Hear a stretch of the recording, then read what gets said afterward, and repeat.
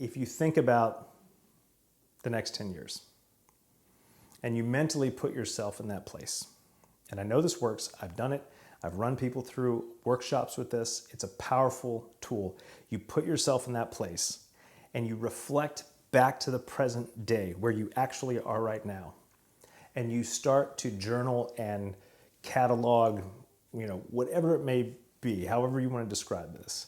I typically tell people to think about the different roles in their life and to write a journal about what they're most proud of, what they've learned over the last 10 years. And they're doing that by putting themselves 10 years into the future. Here's why that's powerful. You remove all the obstacles that are out in front of you.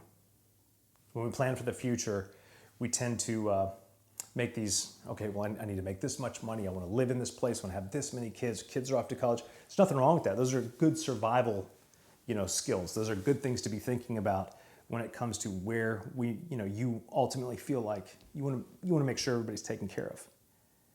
But when it comes to who you ultimately want to be, what you're going to be most proud of, right? The difference between who you think you are 10 years ago and who you actually are today, same concept. Well, who do you want to be 10 years from now?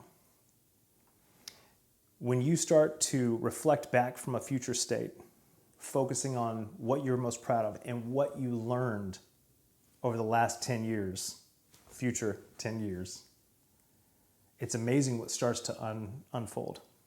And the reason why it comes out like that is because you remove the obstacles.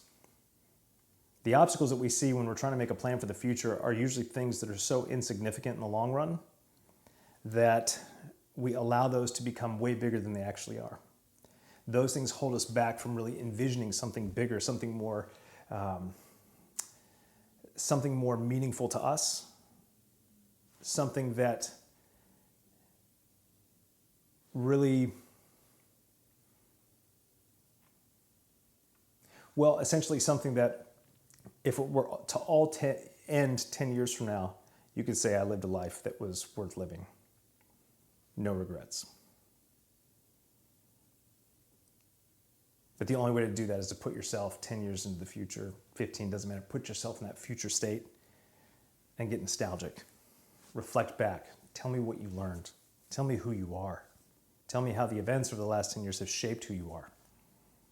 You're not predicting the future, but what you are doing is you're getting a really clear sign about what's most important and how that then can influence the actions today so that you can make that future a reality.